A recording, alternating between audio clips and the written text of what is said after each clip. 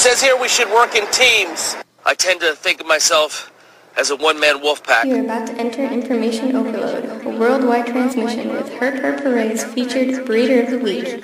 Here's your host, Jason Rafy. Welcome back to Herp Parade, a weekly worldwide transmission. I'm your host, Jason Rossi. We are simulcasting on RossiReptiles.com, Buzzsprout, and don't forget to subscribe and download us on iTunes. This week's featured Breeder of the Week is a very important person to the reptile industry. He has brought you exclusive videos from one of the most elusive breeders in the business. He is also no slouch on his breeding projects either. We are here to get the latest from the man, the myth, Rafy Martinez from myballs.net. Rafy, welcome to Herp Parade. Thank you, man. That's a heck of an intro right there, man. Thank you. I appreciate all that. Yes, sir. I try to do my best for everybody that comes on here, you know. That's what it's about. All right, so everybody wants to know what's in the Magpie. I know we can't disclose that information. I know we can't talk about it, but can we at least divulge how many genes are at play? This animal? That's pretty great. We've never had any phone conversations in the past, you and I, and so I sent you a message, just, you know, when we said that we would do this, and the one thing I said was just, please don't ask me what's in the Magpie. I didn't ask what's in it. The Magpie is, you know, the thing with that snake is it's very special to me in particular. The reason why is that snake came out, and it was the first snake that Kevin let me name. I've named a whole bunch of his stuff after that, and now it's like, yeah, whatever. But that was the first snake that I said, you know, that reminds me of when I first saw it. It reminds me of the VPI Magpie blood python, which is my favorite blood python, bar none, hands down. I mean, I love that thing. I hope that someday I can buy one of those. And when it came out of the egg, I'm like, wow, it looks just like it. So I'm like, you know what? It's got to be called a Magpie ball. And he looked at it and he's like, are you sure? I'm like, dude, look at it. It looks just like it. So so we went with that. But how many genes are in the Magpie? Let me think. I can tell you if I think about it for a second. I think it's actually only 4. It's either 3 or 4 that it has. So it's not, you know, here's the thing, and you got to remember this, and I know it applies to Kevin for sure, 100%, and I think it applies to most of the other big breeders that make, you know, the really cool stuff that makes us all drool. Not that they only do, but when they do, the more secretive they are about a project, the simpler it is. You know, they don't want to give you the ingredients of something that's like, you know, 2 or 3 genes, because that means that by next year, everybody can do it. You know, when he does something like, let's see what's a lot more complex than 2 or 3 genes, like that new Orion, the Orion ball, for example.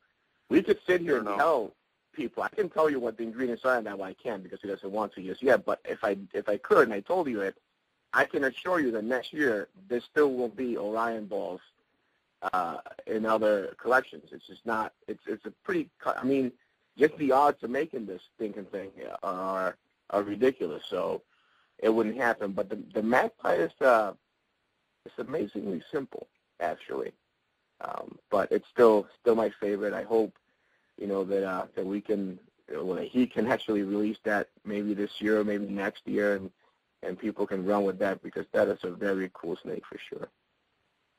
A mean little one, but a mean snake. Her and her sister, Clutchmate, God, they're the meanest snakes on earth, but they're definitely really cool. I guess their feeding responses are on target then. Yeah, definitely. They're getting pretty big. All right, so how did you get access to Kevin McCurley? I mean, was it as simple as putting ideas into action, or was there a bit of legwork involved? It was a weird thing. I had met, before I started doing like the pictures and then the videos and whatever, I had met Kevin once prior to that, only one, and I not really met him. I saw him, shook his hand, that was it. I drive about an hour and a half from my home over to Nerd when I do these things, and which I do now every Wednesday, to go visit him and see what's new and maybe get some footage and whatnot and hang out. But I would drive out there sometimes to get, you know, frozen rats and whatnot for my very small collection. At the time I had like, you know, just a couple of snakes and whatnot. And so I would just drive out there for that and just to see if I can get a glimpse of anything, you know. You can't just walk into Nerd. He has a big facility in his two floors, and downstairs is a regular pet store, and then upstairs is actually Nerd. So the pet store is called Zoo Creatures, and they have some stuff there that you can see, but nothing, you know, nothing too crazy really. But I would go there just hoping that, you know, I could sneak a peek upstairs real quick, and just one day I went, and the first time I met him, I went to pick up some rats. And when I was checking out, he walked by me real quick, and I looked at the girl that was cashing me out, and I said, "Is that him?" Literally, those were words. I'm like, "Is that him?" Like it was some sort of, you know, like some sort of superstar or something. I was, you know, I read his book a ton of times, and I was very fascinated with the stuff that he'd done before I met him. And she's like, "Yeah." So I ran outside, and I'm like, "Hey, Kevin." And he turned around, and he hates attention. Like that kind of attention, he can't stand it. So he gets all nervous and weird and stuff, and all I wanted was, so I had him come back in, and I took a picture of him real quick, and he literally took the picture and disappeared. And I didn't see him for like at least 2 or 3 years after that. And then what happened with this video and picture thing was that I went to his facility a few years ago, and I paid like everybody else and did the tour. They do these tours of Nerd upstairs. You can go on Saturday or Sunday, and you pay, and this is a group thing, and they show you some stuff, and you're not going to see things, you know, like Orion or anything like that, but you still get to see a lot of really, really neat stuff. So I did that, and I brought my camera with me, and I took some pictures, and you know, there's a ton of people. There's got to be at least, you know, 30, 40 people in this group, and we're trying to, you know, push each other out of the way, trying to fit in this hall and in the rooms and see things. So when we were done, I asked the guy that was doing the tour if it was okay for me to do a private tour, that I would pay, you know, whatever it is they needed me to pay, and I would do a private tour just so I can take some pictures of the animals comfortably. And so he had to go ask the manager. I'm assuming he asked Andy at that point, and came back and said, yeah, he said, that's fine. So we set up a day, and I went back there and literally just like, you know, went in and took some pictures of snakes, and that was it. No asking what's this, what's that. I just wanted to take some pictures. So those pictures I ended up posting them on Bush League on BLBC, which is my favorite forum by a ton. And so I went on there and posted the pictures, you know, and obviously I didn't take credit for anything. I said, you know, I went to Nerd. I think it was called First Visit to Nerd or something like that. I'm sure people can find it if they look that up, because that's one of the best things about Bush League. They don't delete anything. You said it, you own it. And so I posted those on there, and they got an amazing response, because Kevin rarely posted anything. I mean, he would post like one cat picture and then disappear for months and things like that. And so I went and it was just a ton of pictures. And, you know, it was viewed by thousands. I mean, the thing was a hit. So I'm like, wow, that's pretty cool. And I called Nerd again, and I asked again if I could go back and do more. And they said, yeah, sure, why not? And the second time I went, Kevin was there. And so then I was actually able to officially meet him. And so I told him, like, listen, man, I took these pictures, and people are responding amazingly to it. You should go on this forum and see what people are saying. He thought everybody basically had forgotten about him. He had been gone, you know, not gone obviously, but kind of in hiding for a couple of years prior to that. And it was just like, you know, he wasn't making any noise in the ball python community. So I'm like, you got to go on here and see what people are saying about this. So he went on the forum and saw, you know, that people were going nuts about the stuff. So he's like, oh man, that's pretty cool. So I did it again, did a bunch of pictures, and this time he was pulling out the stuff that he wanted me to show. So it was a lot better because he was showing what he wanted people to see at that point. So after we did the second one, I posted the same thing, people going nuts. I went back and talked to Kevin, and I said, listen, man, would it be cool if we did a video? And he looked at me, he's like, what? I'm like, just, you know, a video. I'll do a quick video up on my YouTube channel, and, you know, that way people can see and hear you explain stuff and whatever. He's like, you know what? Yeah, that's fine.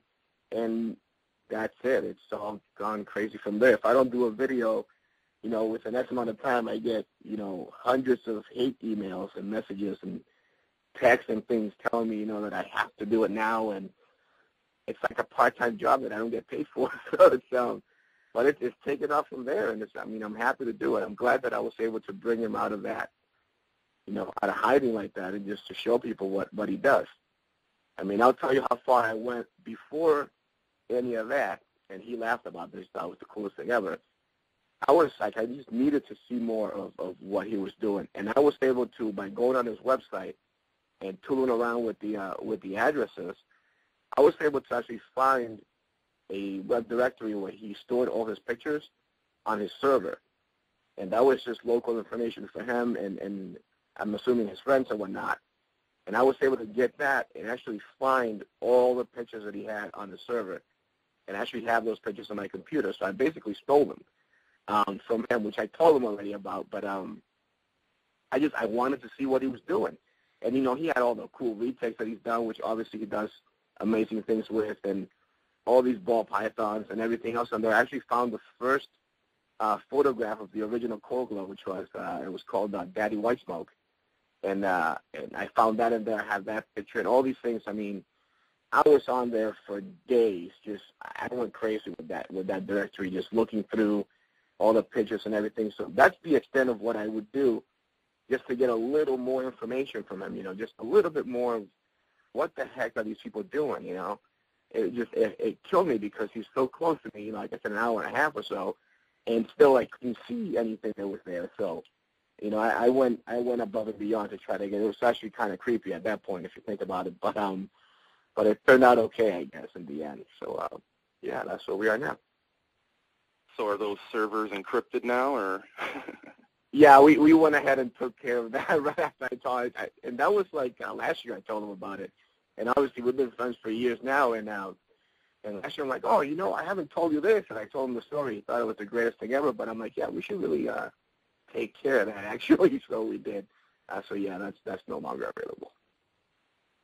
Well, that's too bad, but we definitely appreciate your videos, man. It's something that we've needed, and the public has wanted, and you're the man to expose it. So kudos to you on that. No, it's my pleasure, man. I love doing that stuff. So it's one thing. If I ever feel obligated to do it, and I've told Kevin this, then he'll be on his own and he'll have to do his own videos. If I don't find it to be fun and interesting and basically on my terms, I won't do it. I've gone to Nerd before, and and Andy will be all excited. It's like, oh, you gotta do a video of this thing, blah blah. And I tell him, and he knows. If I don't feel it, if I don't have that, like I want to do a video today, I don't do it. It's great for everybody to do these things. I'm not saying that I do the videos and I'm just, a great Samaritan and I'm just helping everybody else and that's it. Obviously, it's helped me immensely. I mean, it's put my name out there, it's put my website out there, it's helped me sell, numerous amount of animals. And indirectly, obviously, just that people happen to know who I am now because of them. But it also helps Nerd incredibly. I mean, every time I put a video out, their sales numbers go up. And there's no if but about it, it just happens.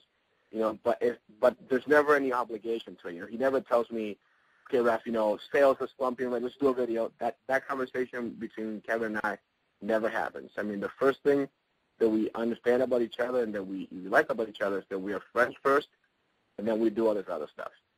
We every Wednesday we go out, we have lunch together, we talk about snakes, and we talk about other stuff, life and things, and my kid and his situations and everything else. We just have regular friend conversations, It's not all snakes all the time. And we make sure that our friendship is first, and then we do others. So he never tells me that I have to do a video to help him with, moving any type of animal or any one gene or whatever it is. We never do that. It's more like, this is what we want people to see right now. I'll tell you this, and I haven't listened to your show that you did with Kevin purposely because I don't want to repeat anything that he said, and I don't want what he says to kind of skew whatever I'm really thinking. So I didn't want to listen to it so that I could just give you my honest opinion. And I can tell you this. Kevin is an amazing snake breeder. He's borderline genius when it comes to this stuff. The way that he thinks about combos and how things will work and what won't work, it's amazing. I've never seen anything like it. But as far as business, he's horrible We fight about that all the time. He's horrible. He'll keep every snake that he makes ever, if he could. Every snake is special. He'll look for, like, he always talks about a dot or a thing. He'll look for that one dot and be like, oh, no, this one's special because I'll do this with that, so I have to keep it. And he'll keep everything. I mean, it's amazing how much we have to fight with him sometimes just to have something sold, you know. So he's a horrible business person. But as far as snake breeding and everything else, he is obviously, you know, one of the top guys that there is, that ever has been in this hobby. So, but we fight about his business savvy or lack thereof all the time. So that's one of our arguments. So he never tells me to do videos, and, you know, if I want to do them, I do them. If I don't, I don't. It's as simple as that. He'll send me pictures of stuff hatching, and he'll be all excited, and I'm like, oh, yeah, it looks cool, and, you know, not that great in my eyes, so I'm not doing a video. It's that simple. He never argues things. Like, all right, you know, let me see if I can do better. And it actually pushes him to create more things, you know. He likes that conversation that we have because he has somebody, and he has a few other people. I mean, he talks to Mark Bailey a lot, which is a great friend of his, and who else? Mike Wilbanks, he speaks to regularly, and Matt Lear, who has, you know, great stuff over there. He speaks with him. They're very good friends, and they do, you know, the response that he gets from us is what drives him. So if we just sit here and become yes men to him, and everything he does is great, that'll be the demise of Nerd. I mean, he needs people to tell him the reality. Like, you know what, that snake is cool to you, but it sucks. You know, and then you go out, and that's it, move on. And he'll find a way to make it better, and that helps him, you know. So that's why it's cool that we have our conversations and stuff, and we keep it very, very real. You know, I don't sugarcoat anything for him. If I don't think something's cool, I'll just tell him, like, you know, I'm glad that you like it, but that sucks. You know, and that's it, and we move on, and he'll try to make it better next year. So that's the kind of relationship that we have, so. It's very important to keep people that are, you know, real in your circle. You don't want any fakeness, you know, false motivation. You know, that's just not going to work in the long run. Yeah, I mean, obviously he has those people because of who he is, and some people just want to get closer to him and whatnot. But he can sense that, and like anybody else could, and so you kind of just move on from that. But you have to stay grounded. You can't just be, you know, oh, I'm the evil morph god. And I tell him all the time, like, you're the evil morph god to people outside of this. Right now, you just Kevin, my friend. You know, that's it. I'll tell you how it is, and that's the end of it. And that's one of the reasons why we get along so well. You know, he was, before I met him, you know, it was something that I would idolize almost. You know, that I was like, oh my God, Kevin McCurley. Now that we're friends, it's like, you know, shut up, Kevin. I mean, it's just another guy, and that's why the whole thing works, because I don't look at him that way. I will tell you one time, in the years that I've known Kevin, I've been hanging out with him, we're going on 4 years now, there was one time that I did take a step back and think, oh my God, like this, I'm actually doing this with Kevin McCurley, and it was amazing. We were driving from Nerd to Tinley last year, and there was just three of us in the truck, and so I was in the front seat with Kevin. He was driving, and I was, obviously my task was just to keep him awake. You know, we were driving through the night, and so I started asking him things, and I asked him, you know, how did this whole ball python market thing start? And this dude literally told me, like, the history of ball pythons from day one to now. And my mouth was open the whole time, pretty much. And just hearing these stories, you know, he's talking about the Barkers, and he's talking about Ralph Davis, and he's talking about all these things that they've done and how it all happened and how they will import things, and, you know, Brian Barczyk and all that stuff. And just hearing the stories, I mean, and at that moment I did take a step back, and I'm like, I'm in a vehicle driving to an awesome reptile show in Chicago with Kevin McCurley talking about the history of ball pythons. How many people on earth can say that they've done that? That moment, I had to say that was one of the coolest things. I don't care what snake he shows me and anything else. That right there actually was a pretty amazing moment. That's the one time that I actually saw him a little bit more of, you know, just my friend. It was more like, God damn, you know, Kevin McCurley's sitting right next to me, and we're talking about how this whole mess started. So that was really neat. I'll never forget that drive. That was really cool. Next time, get those blurbs on video, man. What are you thinking? You know what I thought when he was talking? I'm like, I should video, like recorded, like sound recorded or something, but I didn't want to interrupt him. He was on, you did a show, so I'm sure he's a very long-winded person. He can talk. Once he gets going about snakes, you can just sit there and listen. He can talk forever. And once he got going, I didn't want to interrupt him. I was just in awe. I couldn't even. I didn't react. I guess I sucked. But and I don't even think it's possible to have him do that again. At least not that way. But I'm sure I could do something where he at least talks a little bit about how things started, how the relationship dynamics were back then, and all those things. That stuff is very interesting to know. Who brought what in, and I literally went down the list of genes, and I was just asking, okay, who brought this in? And he said, okay, this person started with that, and this is how it happened, but so-and-so got it, and all this drama that was going on, and there was a lot of it. People think there's a lot of drama now. Man, back then it was actually worse, I think, from the stories that he's telling me, that he's told me. But it was just so amazing to hear all those things, and it was just really cool. It was really cool. Sounds like a pretty cool topic to get him back on the show and talk about, actually, now that you're saying that. Oh, my God, it'd be great just having him talk about the history. Everybody always wants to know what's next and what's next and what's next. That's cool and all, but you gotta kind of know where we came from. But, it's incredible, how it all happened. He touched on it briefly when he was on one of the interviews to get on the talk radio, where he talked about, how he started and, how he couldn't afford to buy the cool stuff, so he had, all these random reptiles and then started, picking through, little ball pythons that at the time nobody cared about. That's one thing, but to know, all the details about, who brought what snake out of Africa and who screwed who basically in what projects and who brought what and all those things, that's really cool stuff to hear. I love that conversation that we had. It was fantastic. So, yeah, you should probably have him back and talk about all that stuff, because it was absolutely incredible. And he won't hold back and bite his tongue, man. He'll never, not even a little bit. Trust me, when I tell people I shot a video and I'm editing now, it doesn't mean I'm editing to make it look cool. I can do that in 30 minutes, basically. I can finish the video in no time. It's just to cut it right before he says something that I find inappropriate.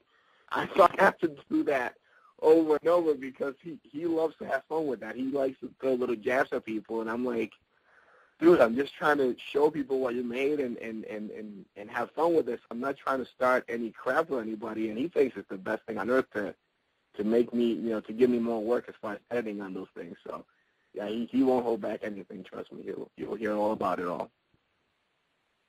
So you were fortunate enough to be a joint project with Nerd and be placed on the World of Ball Pythons, the Leche ball, the Mocha Phantom. Why don't you tell our listeners about that? Yeah, that was a really cool thing. Obviously, another one of those great things that I thank God every day that I'm able to do because of my relationship with Kevin. And what happened basically was I had some really huge issues with my collection at one point, and I don't want to get into that because it's all water under the bridge and it's gone, and I've obviously moved on and I'm doing pretty well right now. But he helped me by having some of my female snakes over at his facility, and I could choose what I wanted to breed it to and whatnot. But the thing with that is that, he literally told me, okay, what do you want me to put to this snake? And I could have said, a soul sucker, or I could have said an inferno, or whatever it was. But I had this in my mind that something cool could happen from a Mocha and a Phantom. And I was obsessed with it. I'm like, I want to see it. I want to see it. So he's like, well, the least I'll put in it, because him being how he is, he had a Karma spider, so a lesser Phantom spider, which we showed that snake on that video that I did the balls on the black light thing, that now everybody does the black light thing, so you're welcome. And I showed that animal there, so you can see the pattern under the black light, but it really just looked like a white snake. So he's like, are you sure? I'm like, yeah, dude, that's what I want. I want to do this. And so we put it to my Mocha, and the thing with that, we got 3 eggs out of that stupid snake. 3 eggs. And that's it. I'm like, oh my God, 3 eggs. This is horrible, and it was killing me. And we couldn't have gotten it any better with those 3 eggs out of that snake. We got a standard spider, which I love. He's a beautiful snake. He's down in my rack right now. We got a Leche spider, so a mocha phantom spider, and then we got the Leche. And when she came out, obviously they were just, they were white snakes pretty much, and that was it. And the first day that she shed, I almost crapped my pants. And those pictures of her are online and everywhere. It was so cool. I mean, that yellow pattern, it's like basically it's an opal diamond on crack. That's the way I see it. It's an opal diamond, with a lot more visible pattern than what the opal diamonds have. It's so beautiful. I love that snake. So that was great. So that was a great thing to be able to do. And I had just started tooling around with Google Plus at the time when that snake was when we cut the eggs and it was still there, but I knew it was because it was white and whatnot. At least I was 90% sure that it was. It could have been a mocha lester, but anyways. So I put on Google Plus, can you guys help me out and let's name this animal? It's this and this, and it looked like this. No picture, no nothing. And people just started going crazy with names and whatnot. And one of the guys mentioned Leche. Obviously, I'm Dominican. I'm Hispanic, and so Leche means milk in Spanish. And so that's what we want. I'm like, Leche, that sounds awesome, dude. And I'm like, you know what? That's what we're going to do. And we went with that, and it's been stuck, and that was it. And, yeah, I liked it. That's why we went with that name. And but that snake means a lot to me. I mean, that was really cool to do something with, together with Kevin and actually make a world first at the same time. So that was very cool stuff, definitely. Awesome, man. Congrats. I was lurking your previous sales page, and how great is it to sell the first-of-a-kind animal back to the originator of one of those projects? That's huge, man. Yep, definitely cool. So how's your season going over there at myball.net? It's going pretty decent, I guess. I mean, this is the thing. I don't tell anybody how many snakes I have. When somebody does it, that's their deal. They can, it doesn't matter to me. That's cool. I don't like to talk about numbers. I like that mystery there where some people think I'm this huge breeder. That I can tell you I'm not.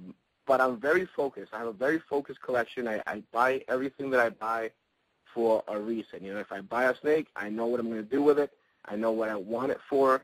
I know why I have it. It's got, a task for when it grows up, and that's it. So there's a couple of things. I mean, one, I'm very focused about what I buy, and two, I don't buy adult snakes, period. I don't even buy them from Kevin. I don't buy them from anybody. I don't care who it is. I don't do it. I like to take my time, raise my babies, look at them every day, feed them, do the whole thing. That's what I like to do. And kudos to you if you can buy a big adult female and have it breed for you the next day and nothing bad happens. That's, more power to you. I can't do that. I won't do that. I did it in the past, and it didn't work out for me so good at all, so I won't do it. So I'll buy these snakes, and all for a reason. So I can tell you I have less than 100 snakes in my house. And this year I only have, that I can breed that will go. Well, I have many more now that are ready now, but weren't ready when we started the season. But literally a handful of snakes. That's it. So I'm going to have a handful of clutches this year. I was very fortunate to have a Corvo in my collection, and he bred just a couple of things. I have 5 snakes I can breed. I didn't even do 5 with them. So that's how picky I am with stuff, because I wanted to make something with the other ones. And so I'm like, I don't care how cool and expensive you are. I've seen all that stuff, so I want to make this. So I actually used one of my other males with that snake. And I don't know, I'm weird like that. Like I had this big Mojave girl that I wanted to do something with, and I'm like, okay, I'm holding the Corvo. I'm like, well, I can put you there, and obviously that's expensive and cool and blah, blah, blah. But, whatever, I have other stuff that I can do with them.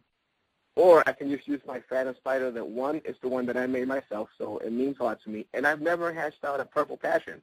And I love that snake so much, dude, so I actually went with that instead, just because I like how they look. It's not all about money and all those things. I mean, obviously it's great when you sell a snake that's very expensive, and it helps you be able to buy more stuff and and care for your animals, but I'm not trying to make myself rich off of this stuff. I'm just trying to, further my collection, and if they can pay for themselves, then I'm a happy dude. So, so I went with that. I mean, but that's literally all there is for me this year. It's a handful of clutches, and I'm done. So, by next year I'll be doing significantly more than that, but I like to take my time with this stuff. That's just how it is.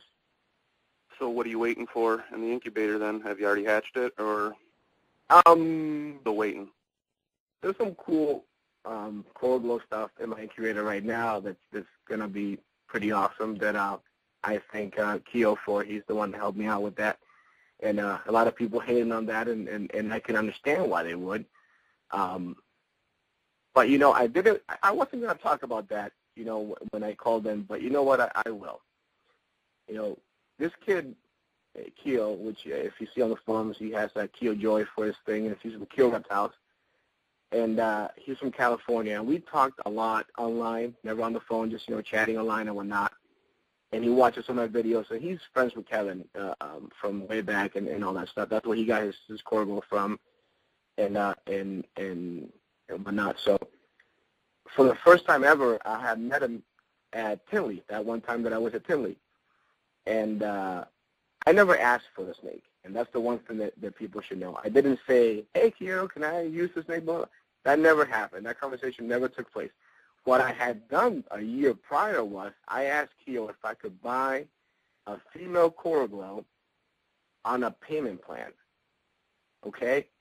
And he said, Rafy, as soon as I hatch some, I'll be happy to help you out with that, man. You're a cool dude. We'll work something else, the money down, and then you can pay it off, slowly, whatever. That was as far as the conversation for me asking for a coral glow ever went. And when we met at Tinley, we clicked, we hung out. It was really cool. And he just asked me, like, hey, did you need anything for your collection? Because I know that you're rebuilding right now. And I literally said, no, man, I'm cool because, Kevin's obviously helping me out. We were doing the Leche thing and all that stuff. And actually she was there at that show. And so I'm like, no, I'm okay. I got my males that I bought to face up, breed, and all that stuff, so I'm okay. I have hidden Jumoma, and I have, at the time I had a tiger, and I had all this stuff. So I'm like, no, man, I'm good. And then jokingly I said, no, if I'm going to borrow anything, if I'm going to take anything from you, it'd be, that male. I didn't even say the name. I just said that one and kind of winked, and it was like a joke thing, whatever. And so he looks at me and says, like, do you really want to use him? I'm like, nah, man, stop playing around. Like, no, really, do you want to use one? I'm like, are you shitting me? Yeah, who's going to say no to that? And I thought he was joking the whole time. I came back from Tinley. We talked a little bit online about other stuff, no big deal, whatever. He got my address, and I'm thinking, this dude is probably going to send me a box with, like, a pair of socks in it or something, just to mess with me because he thinks it's funny. And lo and behold, the next day, I get a package at my job, and I open it, and there he is. And so Keo did send me a coral glow. And I would tell you this, and I don't care how many people hate on me and get mad about it and whatever it is, that is the nicest thing anybody's ever done for me to help me. When I asked them point blank, why did you do that? What do you want from me? What can I possibly offer you? This kid's got almost every gene that there is, What can I possibly offer you that, in return for this? Why did you do that? And his answer was, I wanted you to feel what I felt when I got my first coral glow. And that was just amazing. I don't care what anybody says. I don't care how many people hate on it and whatever they want to do. At this point, they can kiss my ass. At first, I was stressing over it, and I hated it. I actually said I'm going to send them back. I don't want to deal with this stuff. I don't want people talking badly about me because of it.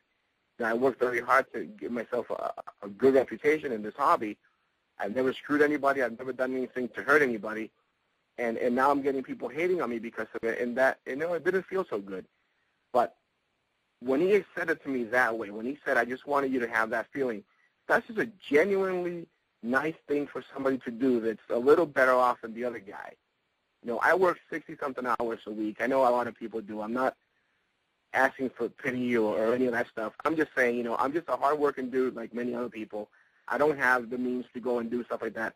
I have access to Kevin and all this stuff, but I don't abuse that relationship. That friendship is more important to me than any snake that I can take from. Kevin would have done that for me, but I wouldn't accept it because I think it would jeopardize our friendship. Money ruins things, and that's why I don't mess with Kevin when it comes to those things. We don't even talk about it. You know, I'm at the point with Kevin where I'm screwed because if I want a snake, and it's a very expensive snake, obviously, you know, the stuff that he has, he won't sell it to me because I'm his friend. He doesn't want my money, but he won't give it to me because it's really expensive. So I just can't get it. You know, so I'm like up against the wall when it comes to that because, you know, I've been trying to get a pastel desert ghost since last year from Kevin. I can't buy it because he won't accept my money. I can't get it for free because they're expensive and he only makes so many, like literally a handful of those things.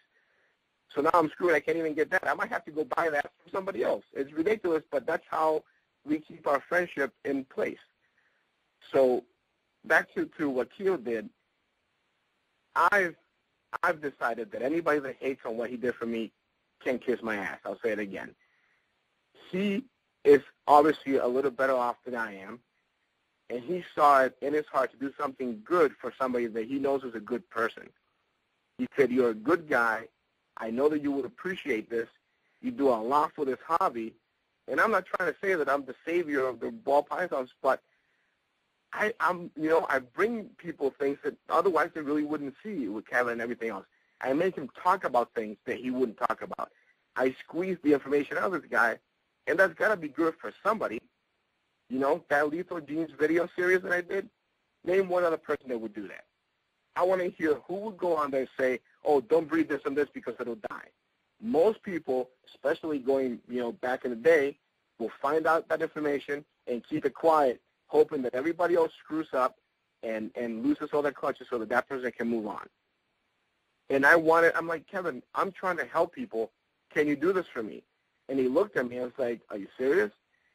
He's like, "That's negative. You know, are you sure you want to do something that negative?" I'm like, "Yeah, but that if I help one person not breed, you know, those things together, then I just help them move forward, and that's all we're trying to do." And he agreed with me, and we did the videos. You know, so I am doing some good, and Keo sees that, and he simply decided that he wanted to help me. You know, and he saw the good in me and what I'm doing and everything else, and he simply said, "I want to help you," and literally his words, "I want you to feel what I felt when I got my hands to my first coral glow," which is an amazing feeling. You know, that's just a genuinely nice thing to do for somebody. Now, is there a business arrangement attached to it? Hell yeah. He's not going to say, "Here's a snake and here's all the babies and have fun." That's ridiculous. But he's done an incredible thing for me that I'll never forget and I appreciate forever. I mean, he's a great guy. And if people don't understand that and all they want to think about is, you know, money, money, money, well, again, then kiss my ass. That's just how it is. That's how it went down. End of story. Keo, you're a stand-up dude. Just imagine, you know, our hobby with more people like him, you know? I mean, if everybody wasn't stepping on each other to get ahead, that's look how far we'd be. That's exactly what I'm saying. And that's why I do the videos like that I did.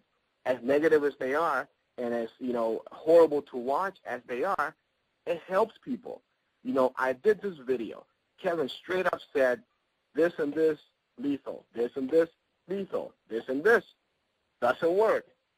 Next year, okay, here's people breeding the same things we talked about, because it's always going to be people that doubt what he's saying just because they think he's trying to do that, or he's trying to psych you out and get ahead. And I can understand that, and I respect that. But what's happened to every one of those animals that people have hatched that we showed in the videos don't work?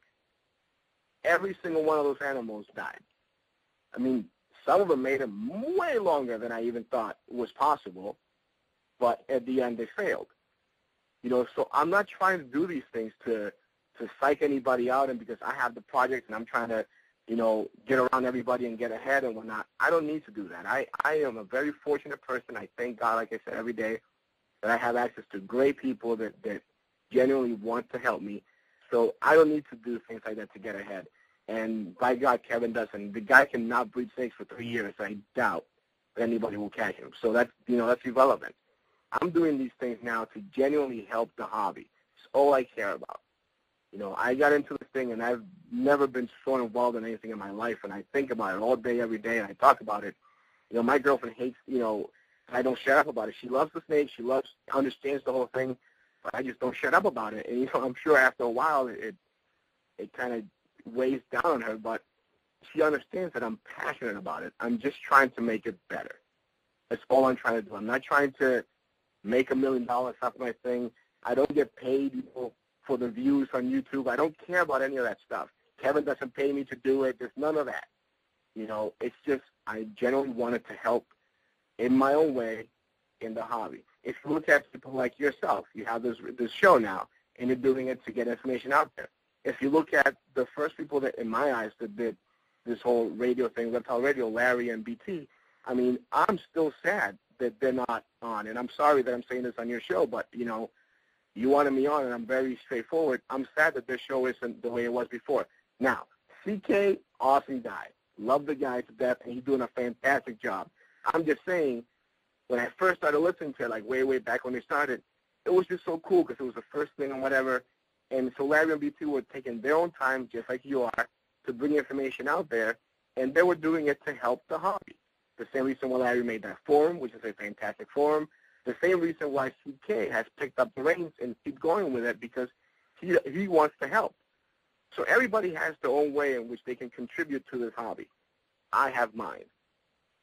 I'm blessed to have access to one of the most sought-after breeders in the world, and I can pick his brain every day that I want, and I can get that information out there, and so that's what I do.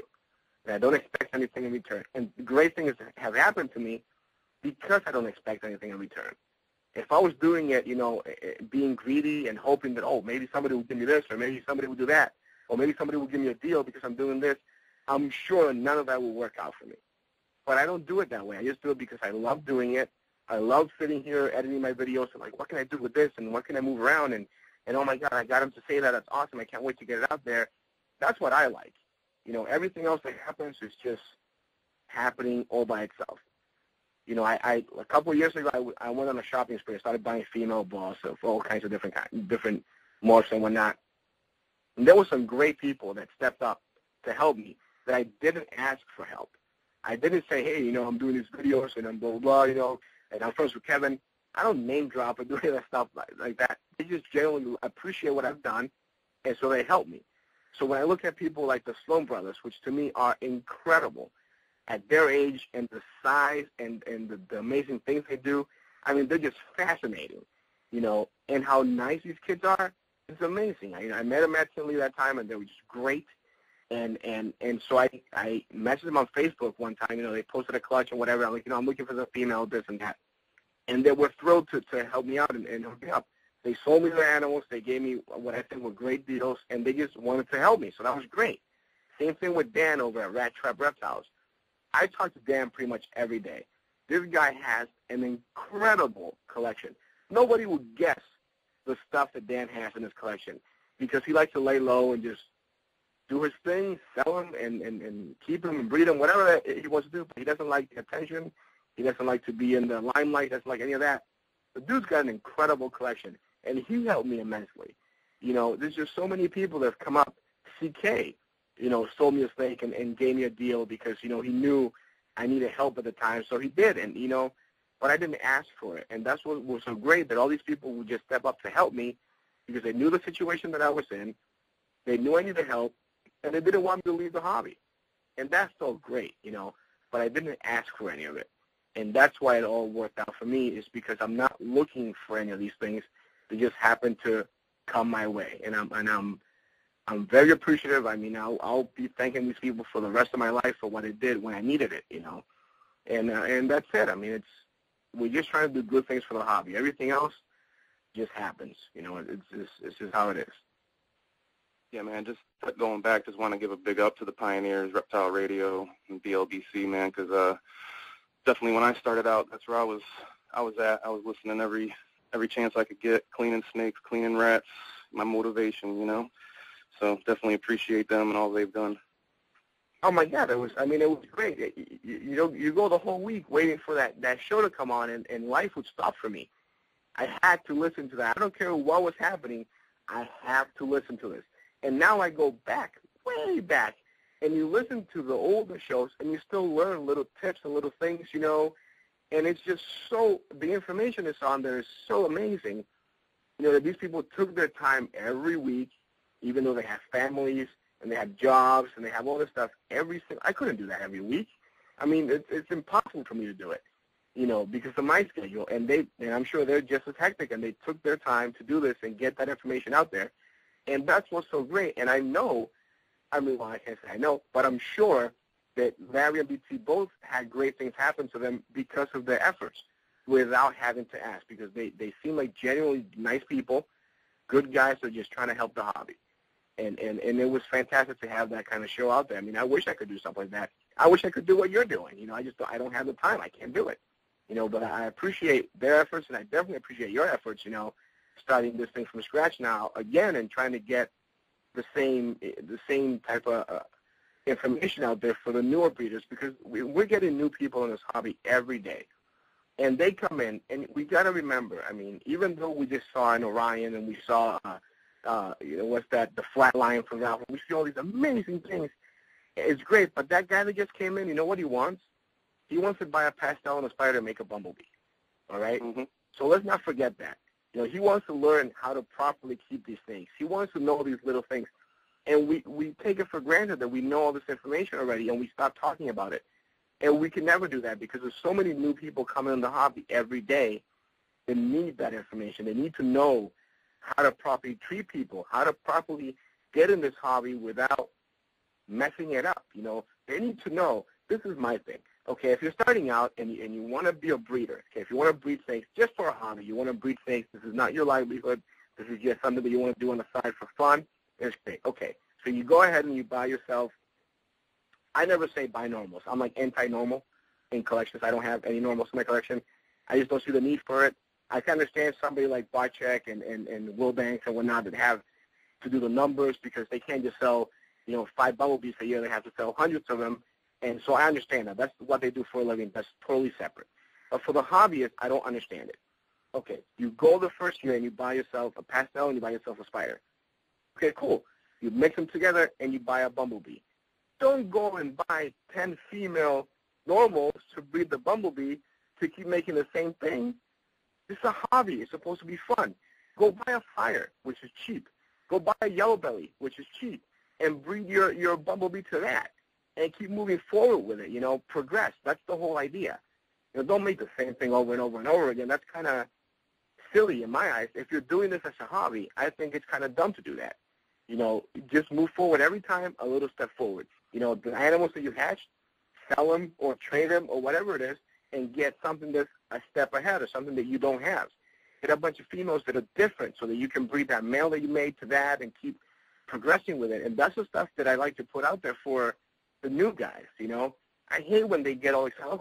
I bought this, this lesser bee, and so I'm going to go buy 6 normal females to breed my lesser bee to make spiders and lessers and lesser bees. So I'm like, oh, cool, good for you, and then what? Like that's silly. That's just silly. A normal ball python is beautiful. I can appreciate it. I understand some people have them as pets and whatnot. That's great. But if you're a hobbyist, breeder, and you're trying to make cool things, you have to move forward. You have to progress. So putting 10, 20, 50 normal females in your racks, you're not doing anything but repeating what you already did. So what's the point of that? There's no fun in that. I know hatching eggs is cool, but if you're doing the same thing over and over, after a while, it kind of gets tiring. And the excitement goes away. The excitement is always, did I hit the new thing? Did I make it? That's all we always want to know. So that's why, I want to see more people talk about that. So don't take it for granted that, Reptile Radio talked about it way back when and everything else. These new guys coming in don't know about that. Unfortunately, they don't know to go search for it, which I wish more people would put that out there too. Go in there in the backlog and listen to the greats of this hobby talking about how they do things and why they do things, That's great information to have.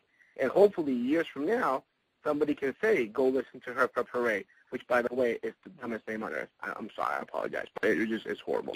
But I understand what you're doing with it, and I wish that years from now, people would say, go listen to her Hooray, to episode blah, blah, blah, when, Brian Barchek was talking about bringing back the, what's the thing that you just made, the Sunset? Sunset.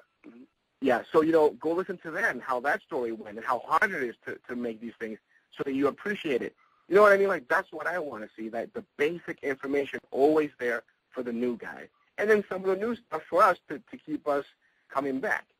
But all that new stuff, that old basic information should always be there, always be repeated, so that the new guys that come in always go back and actually know what they're supposed to be doing to keep the hobby moving forward. Archives, very important. Very. Can't stay stagnant. Yep. All right. Well, Kevin told me he hatched out a bunch of new stuff this year. When is part 2 and 3 of Nerd 2012 coming? The suspense is killing us, man. Don't worry about that. There'll definitely be 2 and 3, and who knows, maybe even 4 this year. He's got a lot of stuff that he's doing. He just hatched out some world first just now, recently, actually. And I went to Nerd, and he wasn't there. And I was going to do a teaser video and like a thing and put it out there, but I decided I'm just going to wait for him to shed out and do a full video with Kevin in it. So hopefully by, let's see, next week, I don't think they'll be ready by next week yet. And, we like to have them shed and eat, one time or whatever, so that they look their best when people see it for the first time. And then I'm going on vacation the week after that.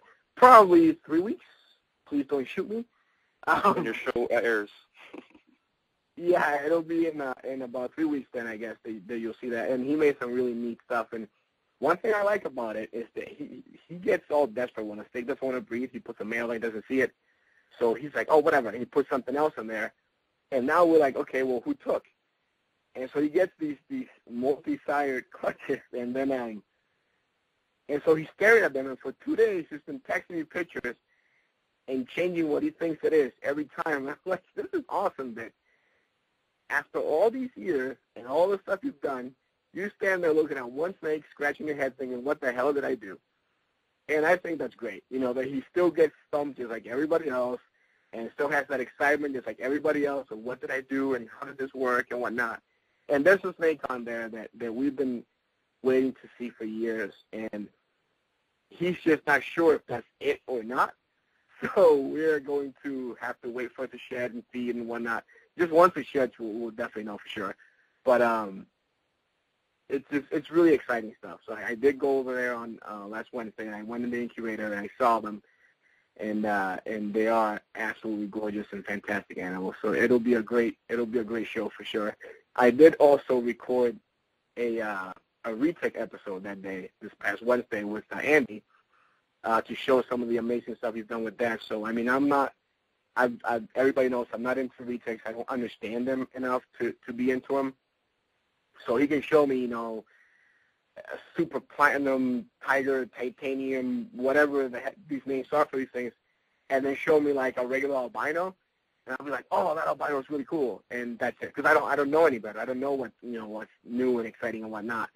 But I did the video, and he does all the talking. I don't know what to ask him or anything really. So he just shows his animals that he's made, and he's very, very into the retics. He loves those animals, and he's fantastic at it. And I like to make fun of him, saying that, so-and-so is better than you, and so-and-so is making better stuff, and he gets all mad and stuff. But it's only good fun because, one, he knows I have no idea what I'm talking about, and two, I do know for a fact from reading from other people's comments and whatnot that he does make, world-class retic combos. So I have some footage of that I have to piece together, hopefully tonight. Today is Sunday, and I still have to go to work in a little bit. And hopefully when I get home from work, I can piece that together and put it up there for the guys that are waiting for the retic stuff. So definitely, it's not just all ball pythons. I mean, for me it is. That's when I watch like MA balls, not MA retics or MA boas or whatever it is. I'm into ball pythons. That's what I love. That's what I understand and I'm into, and that's what I focus on. But I can appreciate the passion that other people have for these other snakes and their lizards too. I mean, the albino water monitors and those things that Kevin has over there are amazing. And so I do like to take the time, at least a little bit of it, and put those videos out there for those guys too. So I'm gonna do a retic one this week. I'll have it up for sure, and then the next ball python will be the next within the next 3 weeks. It'll definitely be up. Hopefully before that, but within that time, I'll definitely have the second part of it online. Do you vend any expos, or you just help nerd out, or what? I don't vend anywhere. I mean, I'm just a small guy. I don't need to. I mean, and the reason why I don't vend at any place is that I hatch stuff, now, and I'm fortunate enough to not have to. I don't have anything to bring. I mean, my stuff sells very quickly. Thank God. I know it's not the case with everybody or whatnot, and it's also partly because I don't have that volume. I'm not making hundreds of clutches or dozens of them or whatever. So I hatch my few clutches and they're gone, and that's that, and that's it. So I don't have to. But when we go, I like to go with Kevin and hang out, and I don't know if I do much vending. I mean, I like to just go and meet people and take pictures and grab some footage and whatnot, and I love watching people's reactions to Kevin. It's neat. You see them walking by, and it's like this big deal, and I'm just like, and I look and I laugh because I'm like, well, it's just Kevin, because I'm past that point. To me, it's just Kevin, my friend, but people go nuts when they see this dude because they understand what he's done for the hobby, and if you don't, then you really got to learn your ball python history, and it's just cool to watch that. But when I go with him, we just go to hang out, basically. I mean, I'll try to sell anything that I can for him, but I'm not there to try to move his animals. Specifically, I just like to hang out with people, and somebody comes up and wants to buy something from me, I'm happy to sell it to them. But that's pretty much all I do at the shows, is just hang out. I like to go and see the people. It's really cool. If you need an extra driver going to Tinley, man, just pick me up on the way here. I'll be glad to ride along. Cool. Yeah, we'll do that if we. I don't know if he's vending. I'm sure he is this year. So if he is for driving, yeah, we'll do that, man. No problem at all. You got to squeeze yourself in there with a fully loaded van that had no space at all. That's like sitting halfway up. It was ridiculous, but it was still a great experience. So I don't regret it at all. But yeah, we'll toss you in there. No problem at all. Just throw me. Next show that the next show that we'll be going to is the White Plains show, New York show. That show amazes me. It's supposed to be like this little show. That thing is huge, man. Yeah. That White Plains show in New York is huge. A lot of people go. A lot of great stuff to be had there, and Kevin's actually going to be vending for the first time in a long time. The next one coming up, I think, is September. If I have that wrong, I apologize, but I believe it's September that we'll be going down there for it. And Barchick is always there, and there's a lot of cool stuff that you see there. So it's always fun to go, and so many people. I mean, I guess because it's so close to the city, but it gets packed. I mean, where you can't even walk there. So it's so cool to see everybody so excited and into the hobby. And it shows you that this hobby is not going anywhere. No matter what they try to do with legislation and whatnot, we'll fight it to the end. And we have the numbers for sure. So we're going to be around for a long time, God willing. So it's a great thing to see when you go to those shows. Just the amount of new people coming into it. I mean, it's so great. I love it. Get there early. You want to be in line for an hour or two. Yeah, that's you know what though? I like that. I'm weird. I'm that weird guy. Like to me, that's part of the experience. Like I like to go late. I can go around the back and lie and say that I'm a vendor and show something, whatever it is, or say I'm with VHP or I'm with Nerd or whatever it is, and get it. I love standing in line. I think you hear a lot of great things. You can hear what people are excited to see. You get that vibe, that feel of it, So I love standing in line. And every time I go to White Plains, I purposely get there a little bit late. And I'm not talking like hours, so like I go like half an hour late. And the line goes all the way around, and I just stand there and I take out my little camera and just film and just watch that. And it's part of the experience to me. I love the whole everything of it. Waiting in line, getting pushed into a table by people walking by, everything about it. I enjoy it. I take it in because this is the hobby that I love, and that's part of it. So I embrace the whole thing. I embrace that. I embrace the good. I embrace the bad. I embrace my haters, the people that like me, my fans, all that stuff. I love all of it. It's just all part of it. I always say, if you go on my Facebook, you always see me post this. If you're not being hated on, you're not doing it right. Unfortunately, I'm doing it very right, apparently, but it's, that's what I live by. So that's all part of it. So it's all good. Yeah, take the bad with the good, man. So. Yep. And I love it. So it's okay with me. All right. What do you feel that we, the reptile community and our lobbyists, USARC, PJAC, and now Grain, which is going to be launched here shortly, need to be doing to stop this barrage of attacks on our livelihoods as a reptile community? Well, I think we're doing pretty good right now as it is. You know, U.S. Soccer's doing their part. You know, PJAC's doing their part. Everybody's doing it now. Like you said, Grain, which is, you know, Kevin and a lot of other great breeders have gotten together to do something to go against it also. And that's what we need to do. We need to always back these people up. You can't just sit there and say, well, I'm going to send this letter and then I did my part and I'm okay. No. If you're in this hobby for real, if you really love it, if you really want to be in this thing for the long run, you have to really back everything. I've done things where, you know, I'll put a snake for sale and I'll say, if I sell the snake, this amount of money gets donated to U.S. Soccer in the name of the person that bought the snake. And I don't just say it, I do it. You know, and that's, you know, a few $100, whatever the case is, but I'm always sending money that way because those are the people that are taking their time to help me. I'm not going to Washington and stand there and yelling and screaming and trying to, or just trying to present my case. I don't have the time for that, but other people are doing it, and they're doing it for me. So I have to make sure that I help them, that I support them in any way that I can. You know, if it's just talking about it, I go to work. You know, I work at a Toyota dealership. I manage a Toyota dealership here in Massachusetts, and we have quite a few employees. And when these letters come out that we have to sign, I'll call them all in and I'll make them do it. And they have no idea what the heck they're doing. They couldn't care less about it, but they know that I care about it. They all know that I'm into my snakes and that it means a lot to me. So they help me. And everybody should do that. You know, if you're a Boy Scout, you know, and you have your friends there, have them help you with it. Let them know that that's important to you and that you need support with that so they can send the letters, send donations, and do whatever it is.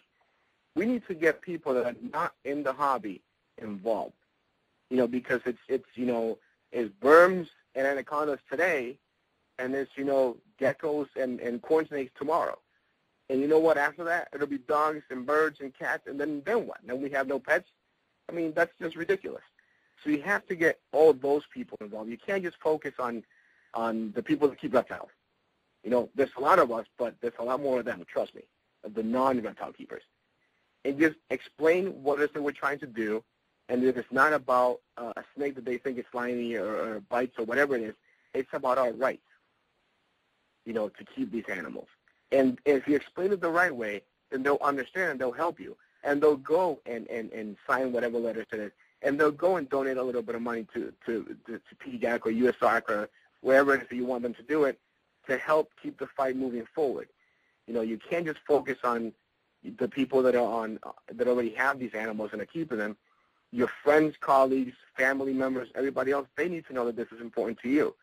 And if they really are your friends, you know, and if your family really loves you, then they will help you because they understand how much it means to you. So I think that's the key, is to educate non-reptile keepers about what's really going on and about how our rights are being violated, and have them help.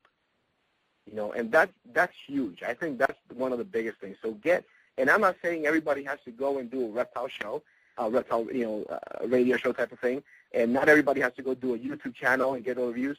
It's simple little things. If you go to college, you know, get your college mates to help you out with it.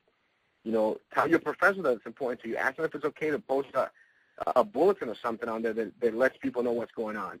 You know, do all those little things because, you know, if you get quite a few people doing that and they can touch 10, 20, 100, 200 people each, that adds up really fast. And that's how we're going to win this. It's not just going to be the reptile community against everything else. It has to be everybody against it. And that's the only way that we're going to get out of this mess. Very well said, man. That's probably one of the best answers I've heard yet. And I try to ask everybody that comes on the show, you know, just trying to get a baseline where we need to be and what we need to be doing. Yeah, I mean, I just think that that's the only way. You got to get the word out there to everybody, not just the snake people. That's what I believe. Awesome, man. Well, is there anything in closing you'd like to cover that we missed? No, man. You asked me all the key stuff and everything else. I mean, I love talking to new people about reptiles, you know, and I get a lot of text messages. I put my cell phone number on my website and I put it everywhere. I don't care. I'll be at work, you know, trying to do my job that they paid me to do, and I'm getting texts with questions and things, and I always take the time to answer these new people, you know, as best I can. If I don't know the answer to something, I'll let them know, listen, I'm not sure. Let me ask Andy, who's been in this for years. And so, let me tell you something about Andy. And I'm talking about Andy Dietz that works for, he's Kevin's right-hand man. The knowledge this guy has is, I don't know a lot of people that can actually touch him when it comes to knowing about this hobby and about breeding and about morphs and combos and whatever. The guy is incredible. He doesn't like attention. He doesn't like any of that stuff. But it's incredible, the stuff, So I always bother him before I even go to Kevin, because I have access to Kevin all the time, but I don't like bothering him because his attention span is, well, you had him on your show, so I'm sure you know, it's very, very little, very short. So I like to just let him focus on what he's doing. And so I'll ask Andy. I'll tell the person that's asking the question, listen, I don't know for sure, but let me go find out for you. And I'll take the time and get them the information, because you can be a snob. I hate that. When nobody knew who I was, and I didn't have the videos, and I didn't have, my thing with Kevin and whatnot, I would ask some of the big breeders, not all of them. There obviously are great people out there that take the time to answer your questions, but there are others that just don't. And that drags you down a little bit when you're new and you're starting out and you're trying to find out stuff and they don't respond to you. It sucks. It doesn't feel nice. So I try to make sure that I take the time when somebody asks me something, as simple as it may be, or as complex a question as it may be, I always answer. I answer all my emails, my Facebook messages, text messages, phone calls, whatever. I always answer them because I remember how it felt to ask these guys or try to call them and not be able to get them. It was horrible. So I try to not do that. And we have to take the time to educate these kids and answer their questions. Let them know that what they're doing now is important, and that's going to be what keeps this hobby moving forward. These kids aren't buying, they're not all just buying, spiders and yellow bellies and pastels. You got some of these new kids coming in spending crazy amounts of money just because they think it's cool. And if you don't educate them and answer their questions and help them really get motivated and stay in this hobby and help them move forward, they'll either dump it for no money or do that thing where they, buy a billion normals and just do that to make cash. And they won't understand the essence of why we do this if we don't take the time to help them understand it. So I make sure that I answer everybody. I remember when I was starting out, and I'll say a name that, some people know that, whatever, I'm not even going to get into that, but when I was starting out, I would text this person every time, dude, like clockwork, boom, answer it right away. And that feels so nice, to know that this person is busy as they are, and that was Brock Wagner, by the way. As busy as I know he is and all that stuff, if he didn't know who I was, and I would send him a text with a question that would be like probably the silliest stuff on earth, bam, he would always answer me. And it just made me feel like, man, these guys take the time, this is cool, right? And it gets you more into the hobby because you know that it's a friendly thing that you're going into. And it just meant a lot, when that happened, when that would happen with him. And same thing with, I know Kevin's not the easiest person to get hold of, but once we got to know each other, just the fact that I knew that I could wake up at 11 o'clock at night or whatever and be like, oh, my God, I think of something, and I could text him, and he would get right back to me, and it just felt so great. Same thing with Barchek. I will reach out to all these, completely out of my league people with questions that I probably could have asked anybody else, but I wanted to hear from them, and they will respond, and it just felt so nice, So I think that when the new guys coming in ask us anything, no matter what it is, it's very important that we take the time to answer them, to educate them on it, to let them know that we know they're there, and we care that they're there, that they're coming into this hobby. Because someday that'll be the guy that makes the next Magpie or that makes the next Flatline or Orion or whatever the case is at the time. Those are the guys that are going to keep moving this forward. So we have to let them in and welcome and let them know that it's okay to ask things, and I think that's hugely, hugely important. Awesome, man. Words to live by right there. Again, our guest is Rafy Martinez from myballs.net.